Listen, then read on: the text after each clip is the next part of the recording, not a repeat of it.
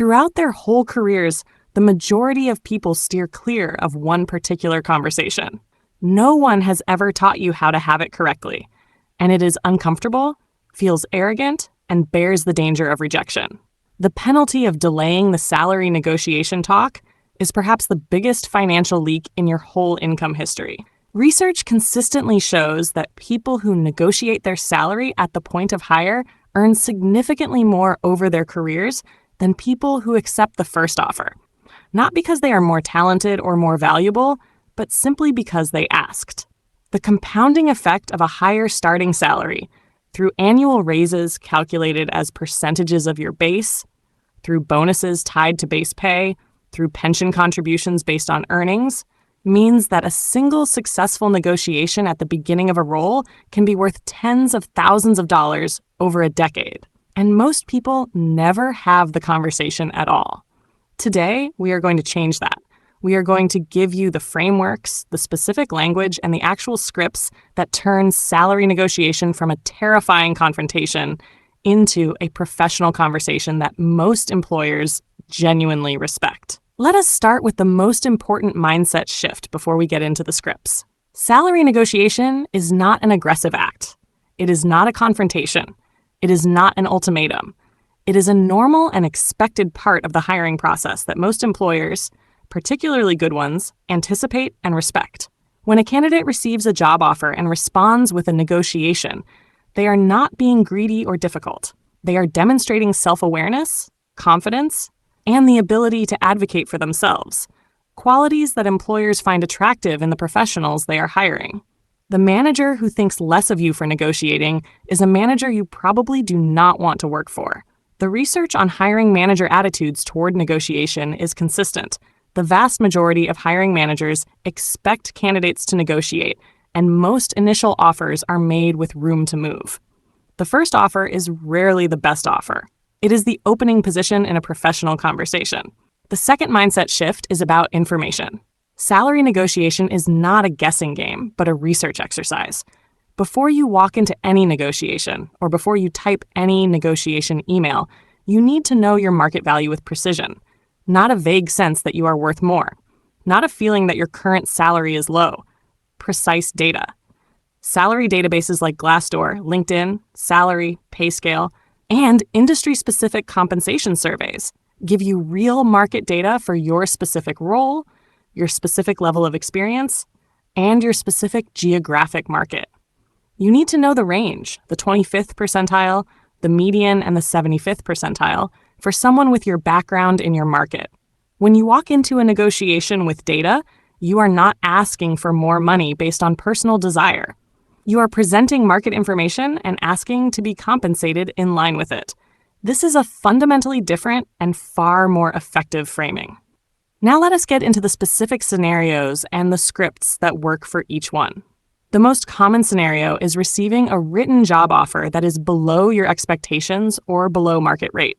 Most people in this situation either accept it immediately or decline it. Both responses are almost always wrong. The correct response is a professional counter that expresses genuine enthusiasm for the role while presenting a specific higher number with a brief and confident rationale. Here's how that sounds in practice. Thank you so much for this offer. I am genuinely excited about the role and the team, and I want to make this work. Having done research on compensation for this type of position in this market, I was expecting something closer to a number that is 10 to 15% higher than their offer. Is there flexibility to get to that range? Notice what this script does. It opens with genuine enthusiasm, not performed or excessive, but real. It references market research rather than personal need. You are not asking for more because you want more. You are asking because the data supports it. It states a specific number or range rather than asking them to tell you what they can do. Vague requests produce vague results.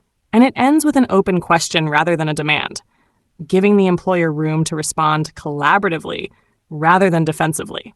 The number you provide in this script matters enormously. Research consistently shows that negotiators who anchor the conversation with a specific high number, what behavioral economists call a strong first anchor, achieve better outcomes than those who state a range or ask the other party to make the first move. If you want $85,000, do not say between $80,000 and $90,000. Say $87,000. The specificity of an odd number communicates that it is based on research rather than invented, and the anchor will pull the final number higher than a round number would. The second scenario is the in-person salary discussion, either during an interview or when your manager calls you into the office. This is more immediately stressful because you cannot compose your thoughts at your own pace. The most important skill here is not accepting the first number that is offered or deflecting when asked for your expectations. Both of those instincts will cost you money. When asked what salary you're looking for, the temptation is to give a low number to seem reasonable, or to deflect with a phrase like whatever is fair or I am flexible. These responses are not serving you. They are giving the other party the anchoring advantage that should be yours. Here is a better response. Based on my research for this role in this market and the experience I am bringing, I am targeting the range between this number and that number, with this number being the bottom of the range and that number being the top. I believe that reflects what the market is paying for someone at my level. This response does several things. It signals that you have done the work, you have researched the market, not just arrived with a number you invented. It gives a range rather than a single number in the context of being asked first, because you have not yet seen their number and you want to establish the upper end of the range as the reference point. And it grounds the request in market data rather than personal circumstance. The third scenario is the annual performance review, the moment when most employees either receive a modest raise or stay flat, accepting whatever is offered without discussion. This is one of the most consistently undermanaged financial opportunities in most people's working lives.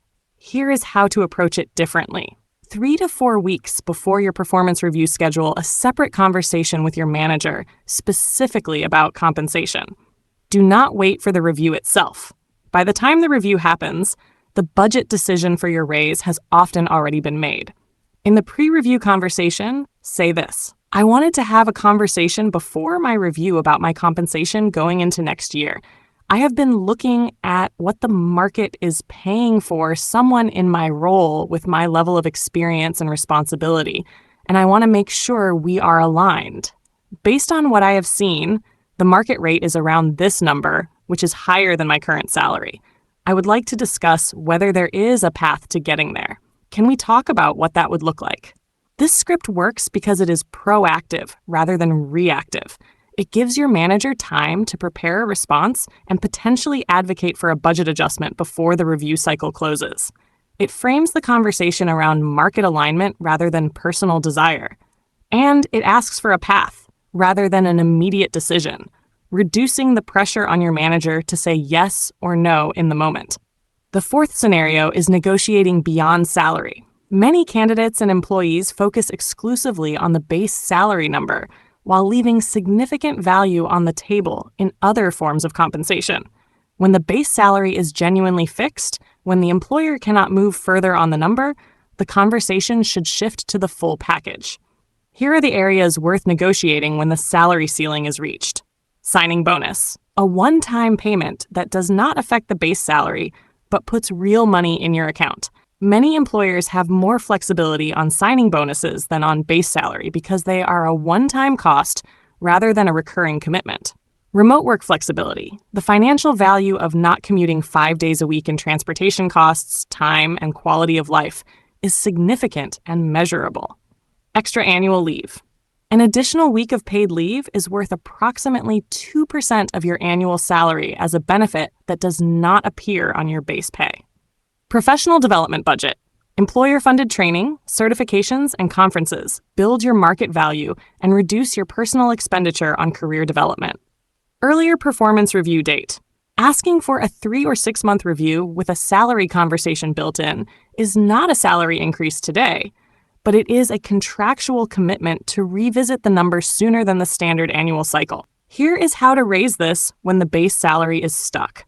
I understand there may be limitations on the base salary at this level. I wonder if we could look at the full package. Specifically, I would like to discuss whether there is flexibility on a signing bonus, an additional week of annual leave, and bringing my first performance review forward to 6 months. Those would make a real difference to the overall value of the offer for me. This script is effective because it shows financial sophistication. You understand that compensation is multidimensional. It makes specific requests rather than vague ones. And it frames each element in terms of value to you rather than cost to them, which makes the negotiation feel collaborative rather than adversarial. The fifth and most overlooked scenario is the counteroffer situation, when you have a competing offer from another employer and your current employer wants to keep you. This is the moment of maximum negotiating leverage in most people's careers, and it is almost universally mishandled. Most people either use the competing offer as an ultimatum, which creates a hostile dynamic, or they present it apologetically, which undermines its power. Here is the right framing. I want to be honest with you because I value this relationship and I want to stay. I have received an offer from another company for this amount and with these terms. I would genuinely prefer to stay here, but I need to make a financially sound decision for my family. Is there anything we can do on compensation that would make that decision easier? This script works because it leads with loyalty rather than leverage. It states the competing offer as a fact rather than a threat. It expresses genuine preference for staying, which is true for most people in this situation. And it asks for help rather than making a demand, which invites the employer into the problem rather than positioning them as the obstacle. A few critical principles apply across all 5 scenarios. First, always negotiate in writing or follow up any verbal negotiation with a written confirmation of what was discussed. This protects you and creates a clear record of commitments made.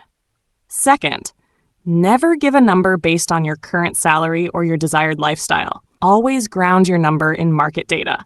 Your current salary is what your previous employer paid.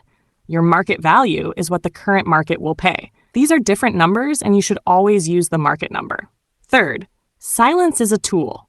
After you state your number, do not immediately fill the silence with qualifications or retreats. State your number, give your brief rationale, and then wait.